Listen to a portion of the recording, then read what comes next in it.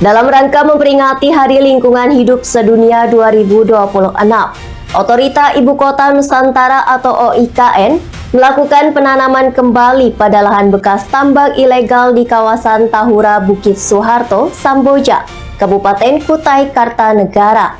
Kegiatan ini menjadi bagian dari upaya pemulihan lingkungan sekaligus penegasan komitmen menjaga kawasan konservasi dari aktivitas ilegal.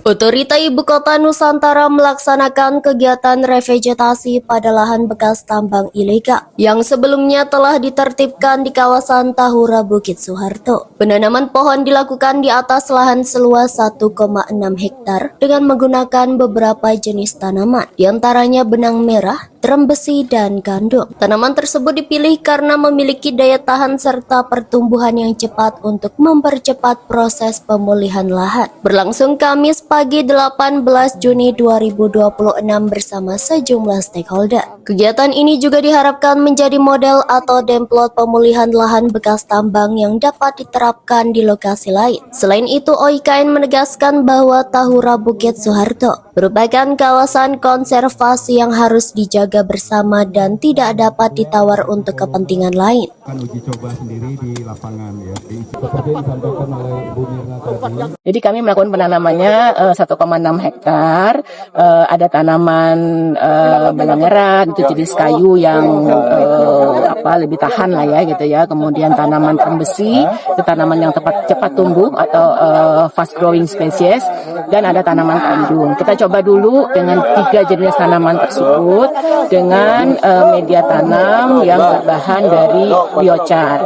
Nah, kalau ini kami akan terus amati, jadi ini akan menjadi template juga untuk kami mengetahui bagaimana teknik yang paling tepat di dalam reklamasi melalui. Namanya kita bisa menanam kembali dengan. Sementara itu, OIKN mencatat penanganan aktivitas tambang ilegal terus dilakukan melalui koordinasi dengan berbagai aparat penegak hukum. Hingga saat ini 8 perkara tambang ilegal di kawasan Samboja dan Tahura telah dilaporkan dan diproses hukum. Berdasarkan data OIKN, luasan tambang ilegal di kawasan Tahura diperkirakan mencapai lebih dari 4.000 hektar. Sedangkan kebun ilegal di kawasan tersebut mencapai 8.000 hektar. Hingga 2026, rehabilitasi yang dilakukan OIKN di kawasan Tahura telah mencapai lebih dari 4 hektar. Ilegal, kita tidak hanya menanam Mula Warman diwakili oleh Kasrengko.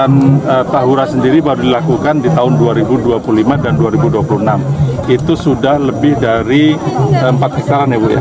Ya, 4 hektaran. OIKN kan sudah dilakukan oleh UPT di Tahura lebih banyak. Ya, yang oleh Otorita Ibu Kota Nusantara sendiri, yaitu 2025 dan 2026 ini. Nah, tapi sebelumnya itu ada Pertamina, ada Balai Das dan seterusnya, itu sudah melakukan rehabilitasi.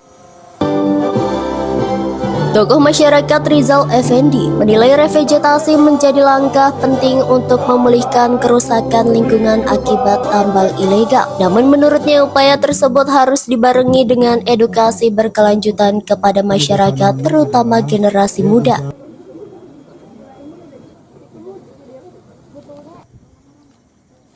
Mati, tambang liar dan sebagainya, dan ini sangat merusak sekali. Bayangkan Tahura itu 70% rusak sudah, terutama karena tambang gitu. Jadi ya upaya seperti ini penting gitu, dan juga perlu intensif pada masyarakat juga, baik dari pemerintah daerah maupun dari IKN, karena kan untuk menggeser kembali masyarakat kembali tidak merusak lingkungan tidak gampang karena sudah menikmati nih.